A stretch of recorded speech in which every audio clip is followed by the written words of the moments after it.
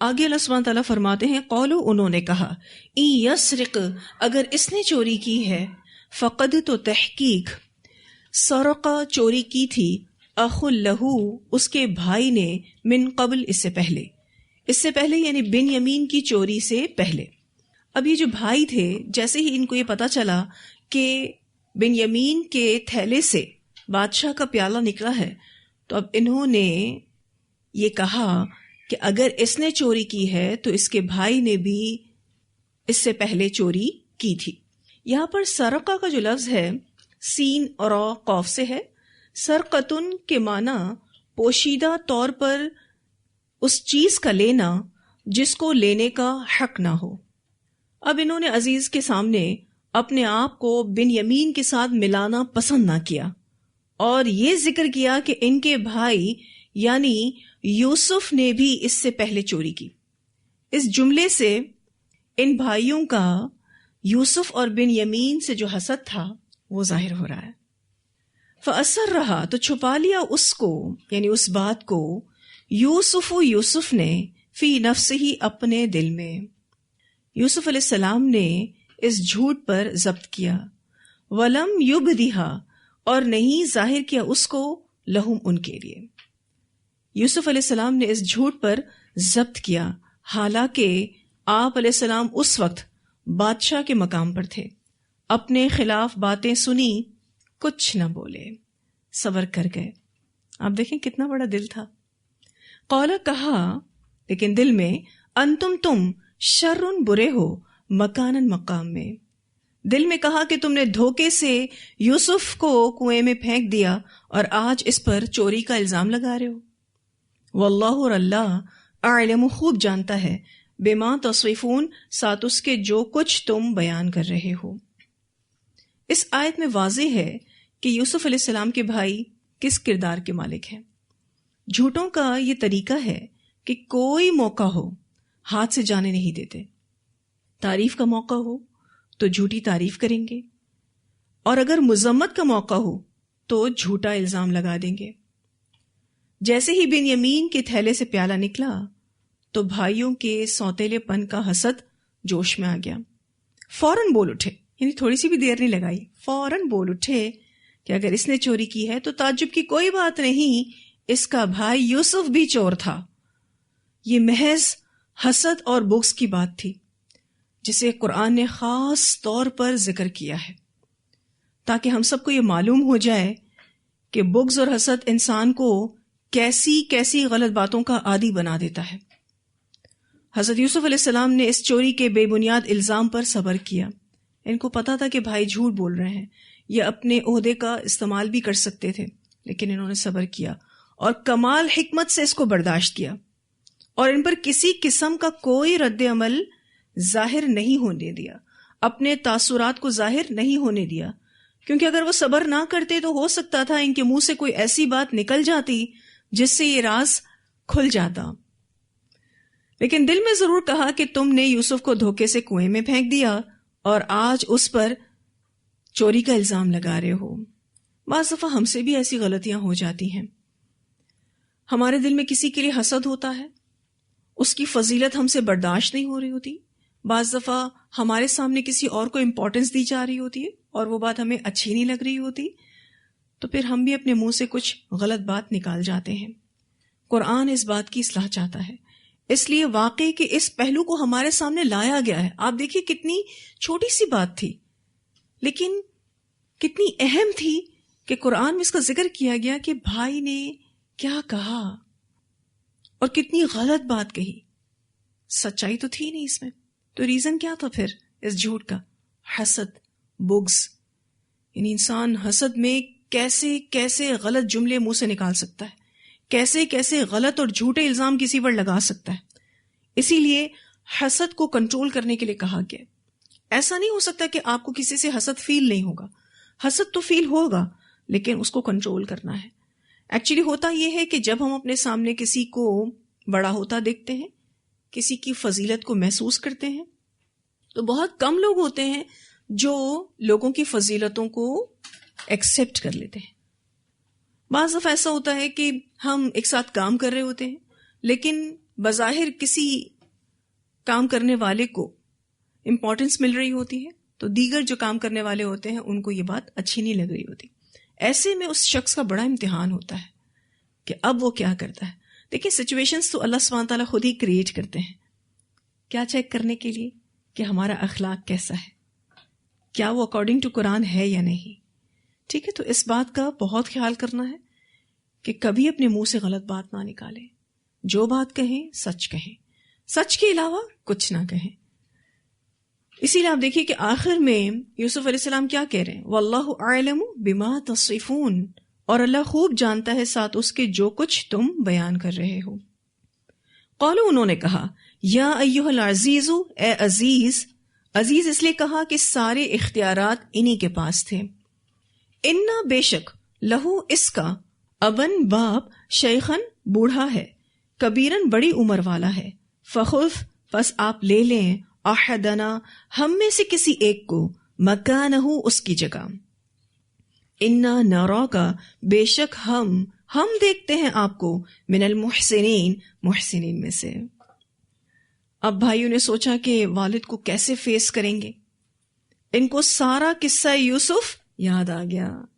انہوں نے یوسف علیہ السلام سے منت سماجت کرنا شروع کر دی کہ بنیامین کی جگہ ہم میں سے کسی ایک کو غلام رکھ لیں, کیونکہ ہمارے والد بوڑھے ہیں, وہ اس کی جدائی کا صدمہ برداشت نہیں کر سکیں گے. باپ تو یقیناً بوڑھے ہی تھے, مقصد بنیامین کو چھڑانا تھا.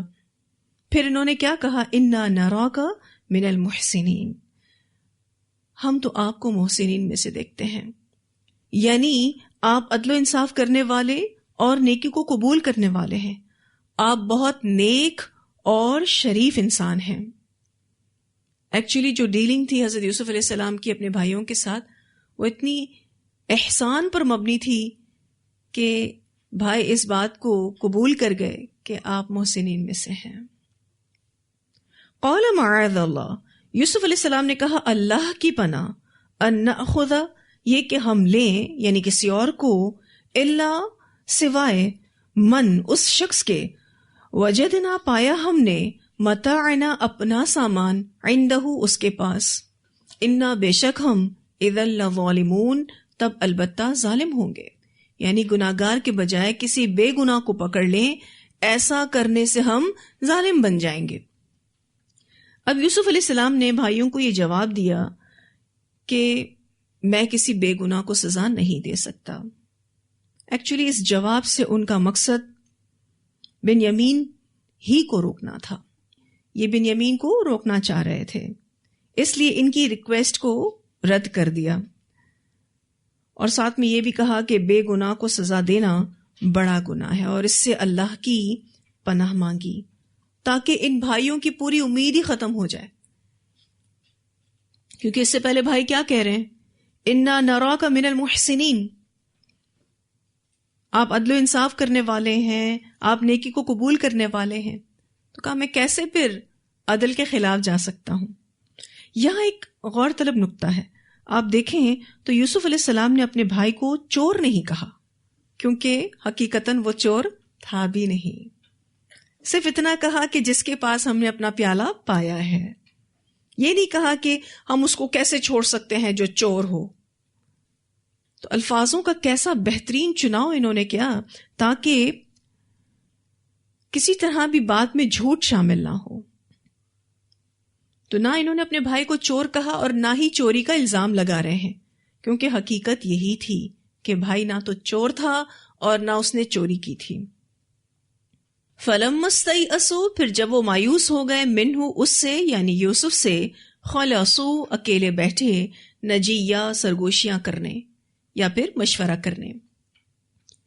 قَالَ, کہا, کبیرہم, ان کے بڑے بھائی نے, الم تعلموا, کیا تم نہیں جانتے ہو, ان اباکم, کہ بے شک تمہارے والد نے, قد, تحقیق, اخذ, لیا, علیکم, تم سے, موثقاً, پکا وعدہ, من اللہ, اللہ کے نام سے, ومن قبل, اور اس سے پہلے, ما فرطتم, جو کوتاہی کی تم نے, فی یوسف, یوسف کے معاملے میں. تمہارے والد نے تم سے پکا وعدہ لیا ہے. کیا وعدہ لیا تھا؟ کہ بنیامین کو واپس لاؤ گے. اور تمہیں یاد نہیں تم نے یوسف کے معاملے میں کیا کوتاہی کی تھی؟ فلن تو ہرگز نہیں ابرح میں ٹلوں گا الارض زمین سے. یہاں پر ابرح کا جو لفظ ہے زالہ کے معنوں میں ہے، یعنی میں ہرگز مصر سے نہیں جاؤں گا، کیونکہ یہاں پر الارض سے مراد مصر ہے. حتیٰ یہاں تک کہ یأذن لی اجازت دے مجھ کو ابھی میرا باپ، او یا یحکم اللہ فیصلہ کر دے اللہ لی میرے لیے، وہو خیر الحاکمین اور وہ بہترین ہے فیصلہ کرنے والا. بنیامین کو چھوڑ کر جانا ان کے لیے بڑا ہی مشکل مرحلہ تھا. وہ اپنے والد کو منہ دکھانے کے قابل نہ رہے تھے، اس لیے باہم مشورہ کرنے لگے کہ اب کیا کیا جائے. جو سب سے بڑا بھائی تھا، بعض مفسرین کے نزدیک روبیل یا بعض کے نزدیک یہودا یا پھر یہوذا، نے کہا کہ تم نہیں جانتے کہ تم نے اپنے والد سے پکا وعدہ کیا ہے کہ تم اسے ضرور ان کے پاس واپس لے کر جاؤ گے. پہلے تم نے ان کے لیے یوسف کو گم کر دیا اور اب بنیامین کو واپس لے جانا تمہارے لیے مشکل ہو رہا ہے. میں تو اس شہر سے واپس نہیں جاؤں گا، میں تو اب یہیں پر ہی رکوں گا جب تک مجھے میرے والد اجازت نہ دے دیں یا پھر اللہ کوئی فیصلہ کرے.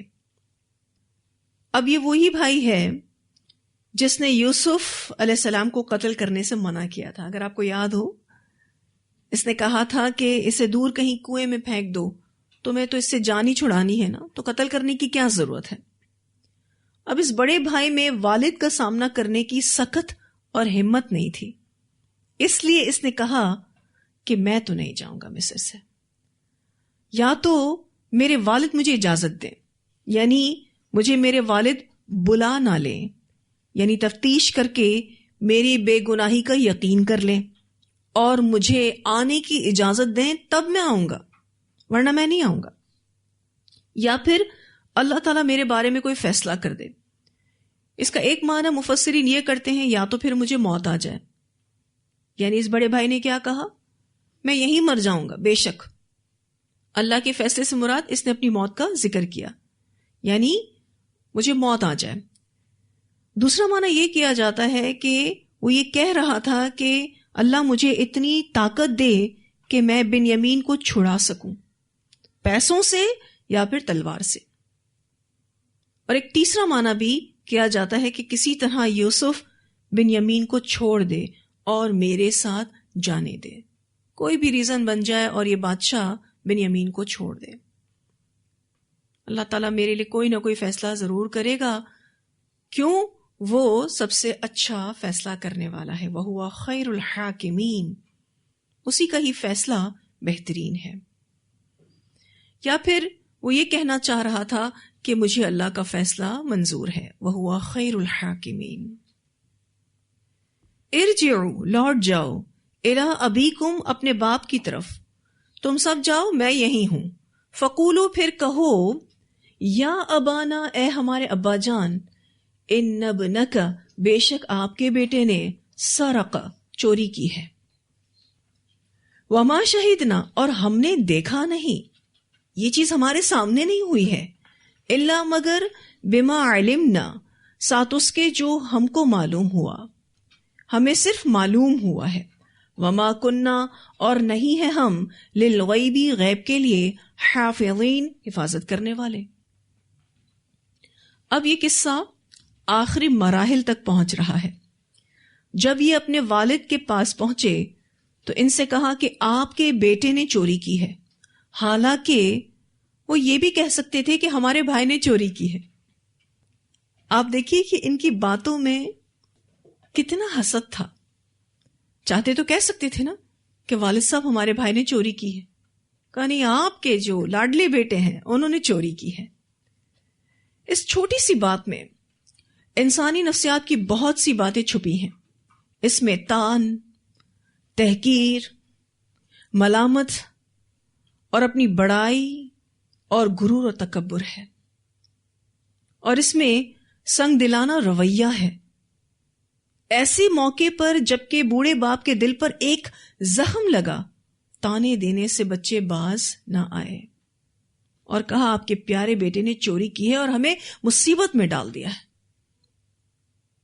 پھر اپنی بے گناہی کا ثبوت دیتے ہوئے کہا کہ ہم نے تو وعدہ کیا تھا کہ بنیامین کو حفاظت کے ساتھ واپس لائیں گے، تو یہ ہم نے اپنے علم کے مطابق وعدہ کیا تھا۔ بعد میں جو واقعہ ہوا اور جس کی وجہ سے ہمیں بنیامین کو چھوڑنا پڑا، یہ ہمارے وہم و گمان میں بھی نہ تھا۔ یہ جو حصہ ہے نا آیت کا، وَمَا شَهِدْنَا إِلَّا بِمَا عَلِمْنَا وَمَا كُنَّا لِلْغَيْبِ حَافِظِينَ، اس کا ایک معنی مفسرین یہ کرتے ہیں کہ انہوں نے اپنی بے گناہی کا ثبوت دینے کے لیے ایسا کہا تھا کہ ہم نے تو وعدہ کیا تھا کہ بنیامین کو ہم بحفاظت لے کر آئیں گے، اور یہ وعدہ ہم نے اپنے علم کے مطابق کیا تھا۔ جو کچھ بعد میں ہوا ہمیں تھوڑی نہ پتا تھا، ہمیں بنیامین کو چھوڑنا پڑے گا، یہ تو ہمارے وہم و گمان میں بھی نہیں تھا۔ ایک دوسرا معنی بھی اس حصے کا کیا جاتا ہے، وہ یہ کہ ہم نے چوری کی جو سزا بیان کی تھی کہ چور ہی کو چوری کے بدلے رکھ لیا جاتا ہے، تو یہ سزا ہم نے اپنے علم کے مطابق بتائی، اس میں کسی قسم کی بدنیتی شامل نہیں تھی۔ پھر اتفاق سے وہ پیالہ بنیامین کے تھیلے سے نکلا اور اس کو وہ سزا مل گئی۔ سزا بتائی تھی نا انہوں نے، یوسف علیہ السلام نے، یا پھر یوسف علیہ السلام کے جو ضامن تھے اس نے پوچھا تھا کہ چور کی تمہارے ہاں سزا کیا ہے، تو بھائیوں نے بتایا کہ چور کو رکھا جاتا ہے بدلے چوری کے، وہ 1 سال غلامی کرے گا جس شخص کی اس نے چوری کی ہے۔ تو انہوں نے اپنے والد صاحب کو بتایا کہ ہم نے جو یہ سزا بتائی یہ تو اپنے علم کے مطابق بتائی تھی، اس میں کسی قسم کی بدنیتی شامل نہیں تھی۔ بعد میں وہ پیالہ بنیامین کے تھیلے سے نکلا اور بنیامین کو یہ سزا ملی۔ ایک تیسرا معنی بھی کیا جاتا ہے اس حصے کا، وہ یہ کہ ہم نے اسے چوری کرتے ہوئے دیکھا نہیں ہے، ہم تو آپ کو وہی حقیقت بتا رہے ہیں جو ہمارے علم میں آئی ہے، ہمیں نہیں معلوم تھا کہ آپ کا بیٹا چوری کرے گا۔ تو غیب کی باتیں ہم جاننے والے نہیں، مستقبل میں کیا ہونے والا ہے ہمیں اس کی خبر نہیں تھی۔ وَاسْأَلِ الْقَرْيَةَ، اور پوچھ لیجئے بستی والوں سے۔ القریۃ سے مراد بستی والے یعنی مصر والے ہیں۔ التی، وہ جو، کننا تھے ہم، فیہا اس میں، والعیر، اور قافلے سے بھی، اور یہاں پر عیرہ سے مراد اہل قافلہ ہے۔ التی، وہ جو، اقبلنا، ہم آئے ہیں، فیہا اس میں، وَإِنَّا، اور بے شک ہم، لَصَادِقُونَ، البتہ سچے ہیں۔ آپ مصر جا کر اہل مصر سے اور اس قافلے والوں سے جو ہمارے ساتھ آیا ہے پوچھ لیں کہ ہم جو کچھ کہہ رہے ہیں وہ سچ ہے۔ اور آپ یہاں دیکھیے وَإِنَّا لَصَادِقُونَ میں تاکید پر تاکید ہے، اِنَّا تاکید اور لَصَادِقُونَ میں لام تاکید۔ اب وہ اتنی تاکید سے بات کیوں کر رہے ہیں، اتنے دلائل سے بات کیوں کر رہے ہیں؟ وہ اس لیے کہ جھوٹا انسان اپنا اعتبار کھو دیتا ہے، اس لیے اسے اپنی بات پر یقین دلانے کے لیے ایسا کرنا پڑتا ہے۔ ان کو معلوم تھا کہ وہ اپنے والد کو قائل نہیں کر سکیں گے۔ قولا، کہا یعقوب علیہ السلام نے، بلکہ سولت، آسان کر دیا، لکم، تمہارے لیے، انفسکم، تمہارے نفسوں نے، امرن، ایک کام کو، فصبر جمیل، تو صبر ہی اچھا ہے۔ کچھ یاد پڑتا ہے کہ یہ جواب یعقوب علیہ السلام نے کب دیا تھا؟ جب یوسف علیہ السلام کے مر جانے کی خبر بھائیوں نے دی تھی۔ یہاں جو سولت کا لفظ ہے سین واو لام سے ہے، بری چیز کو اچھا بنا کر پیش کرنا۔ انسان جس بھی غلط کام کو اچھا سوچ کر، جواز رکھ کر، سمجھ کر کرتا ہے تو وہ پہلے خود کو مناتا ہے، خود کو کنونس کرتا ہے۔ غور کیجیے گا اس بات پر، جب بھی کوئی غلط کام کرتے ہیں نا، سب سے پہلے آپ اپنے آپ کو منائیں گے اس پر، پھر ہی کرتے ہیں۔ یا تو شیطان وسوسہ ڈال کر آپ کو منواتا ہے، کرتے تو ہم خود ہی ہیں نا۔ اب یہ بھائی بھی جب واپس آئے اور بتایا کہ یہ سب کچھ ہوا ہے، تو یعقوب علیہ السلام اتنے دلائل سننے کے بعد بھی یقین نہیں کر پا رہے تھے، اور وہی جملے دہرائے جو یوسف علیہ السلام کے ٹائم پر کہے تھے۔ دراصل وحی کے ذریعے ابھی انہیں خبر نہیں دی گئی تھی۔ یعقوب علیہ السلام کو یہ فیل ہوا کہ انہوں نے یوسف کی طرح بن یمین کے ساتھ بھی کچھ غلط کر دیا ہے۔ اب زخم پر زخم لگا، لیکن ان کا معاملہ آپ دیکھیے کتنا خوبصورت ہے۔ انہوں نے اپنے بچوں سے کہا کہ اب میں صبر کروں گا اور بخوبی کروں گا، صبر بھی اچھے سے کروں گا، خوبصورت صبر کروں گا، کیونکہ انہیں یہ یقین تھا کہ حقیقت وہ نہیں ہے جو یہ بچے بیان کر رہے ہیں۔ یعقوب علیہ السلام آپ دیکھ رہے ہیں کہ صبر پر صبر کر رہے ہیں۔ یوسف علیہ السلام کا غم کیا کم تھا کہ اب غیر ملک میں دوسرے بیٹے کے مصیبت میں گرفتار ہونے کی خبر ملی، اور تیسرا بیٹا یہودا یا پھر یہوذا یا پھر روبیل، جو بھی نام تفسیر میں آتے ہیں، خیر بڑا بیٹا تھا یہ تو کنفرم ہے، وہ بھی مصر میں ہی رکا ہوا تھا، اس نے بھی آنے سے انکار کر دیا۔ اب 3 بچے جو تھے وہ جدا ہو گئے تھے، اور یہ تکلیف ان کو ان کے بیٹوں سے ہی ملی تھی، لیکن ان کے صبر میں کمال درجے کی استقامت تھی، اللہ تعالیٰ کی ذات پر بھروسہ تھا اور اسی سے امید تھی۔ اسی لیے آگے کہتے ہیں عسى اللہ، امید ہے کہ اللہ ان یہ کہ یأتینی لے آئے گا میرے پاس، بہم ان کو، جمیعاً سب کے سب کو۔ کن سب کو؟ یوسف کو، بن یمین کو، اور بڑے بیٹے کو۔